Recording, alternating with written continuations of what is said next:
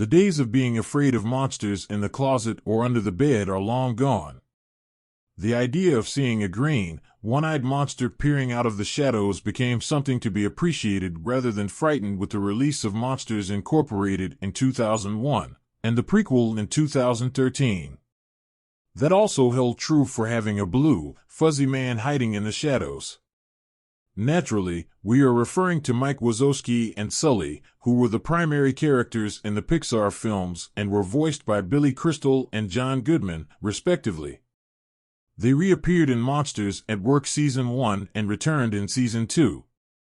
As was the case in the previous season, however, they don't receive nearly as much screen time as other monsters, the most notable of whom being Tyler Testman, Ben Feldman, a purple-horned demon who was the top scarer at Monsters University.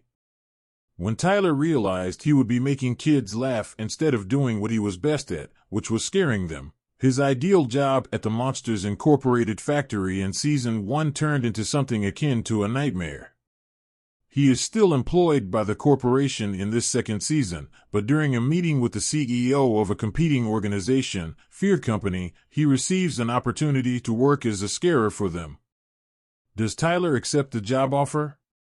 We won't disclose that information here. However, given his poor ability to make children laugh, his primary comedic performance, which involves sticking donuts on his horns, it's simple to comprehend his predicament. Is it wise for him to take the employment offer that he received?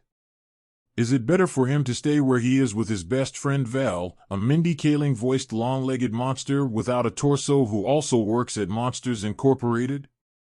The writers of the show poke fun at the age-old query, is it ever appropriate to quit a job you love in order to pursue a greater opportunity elsewhere?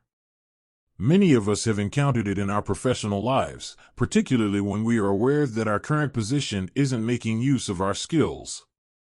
The show's broad appeal stems from its relatability. To be honest, we can't really identify to the odd exteriors of these monsters. After all, how many people do you know with numerous eyeballs or that are composed of jelly? However, what relates them to us humans are their personalities and, in Tyler's case, existential reflection.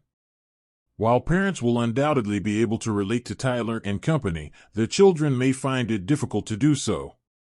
Kids aren't familiar with the world of Monsters at Work, which is a comedy about the workplace, therefore they won't understand most of the references to jobs in Season 2. This isn't a major problem, though, as what will ultimately lure people in will be the endearing and colorful characters.